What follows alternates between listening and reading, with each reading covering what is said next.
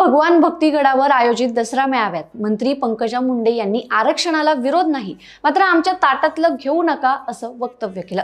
तर माजी मंत्री धनंजय मुंडे यांनी मराठा समाजाला आरक्षण दिलं आहे याचा आम्हाला अभिमान आहे, कारण त्या मराठा आरक्षणाच्या चळवळीतही आम्हीही होतो। काही लोकांनी आरक्षणाच्या आड राहून ओबीसी मधून आरक्षण घ्यायचं आहे असं म्हटलंय। आता यावरून मराठा आंदोलक मनोज जरांगे पाटील यांनी पंकजा मुंडे आणि धनंजय मुंडे यांच्यावर जोरदार हल्लाबोल केलाय। मनोज जरांगे पाटील म्हणाले की तुम्ही कशाला बंजारा समाजातून आरक्षण घेतलं, कशाला लोकांच्या काड्या करताय।